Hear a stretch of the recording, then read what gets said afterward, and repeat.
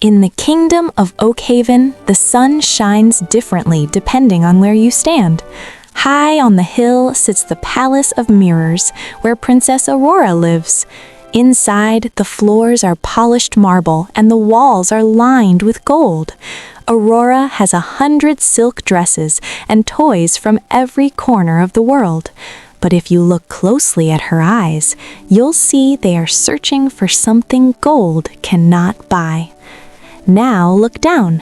Far below the hill, in the shadows of the old stone bridge, lives Leo. His home is small, his clothes are patched, and his family has very little. But Leo has something the princess does not. He has a wooden flute, carved by his father, and a melody that makes the birds stop to listen. Today, these two worlds are about to collide in a way no one expected. It was the day of the great royal gala. The palace was buzzing with guards and bakers, all preparing for a feast. But Aurora didn't want to feast. She slipped out of the side gate, her silk dress rustling against the grass, and ran toward the forbidden forest at the edge of the kingdom. At the same time, Leo was gathering firewood. He sat on a mossy log to rest and pulled out his flute. He began to play, a song about the wind, about hope, and about the dreams of a boy who had nothing but his music. The sound traveled through the trees, floating like a butterfly, until it reached the ears of a girl wearing a golden tiara. Aurora followed the music until she found him. She had never seen anyone like Leo. His hands were dirty from work, but his smile was the brightest thing she'd ever seen. At first, Leo was terrified. He started to bow, but Aurora stopped him. "Please," she said, "don't bow. Just play that song again." For hours, they sat in the clearing. Leo taught her how to whistle like a robin, and Aurora told him stories of the library with 1,000 books. For the first time, the princess wasn't a royal, she was just a girl.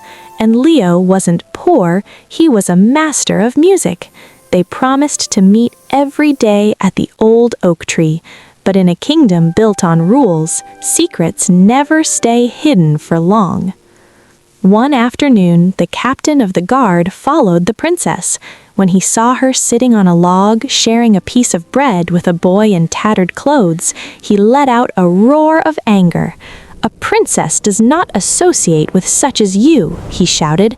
Leo was pushed aside, and Aurora was marched back to the palace.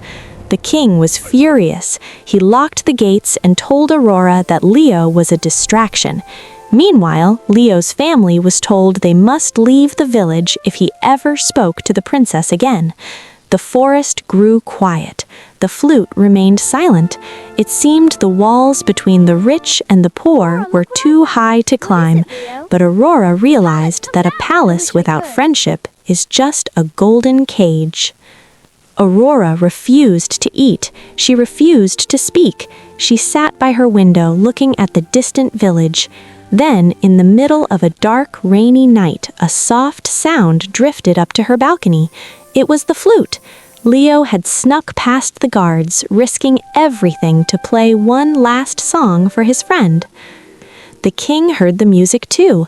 He stomped to the balcony to arrest the intruder, but then he saw his daughter's face. For the first time in weeks, she was smiling. He realized that the boy's music held more power than all the guards in the kingdom.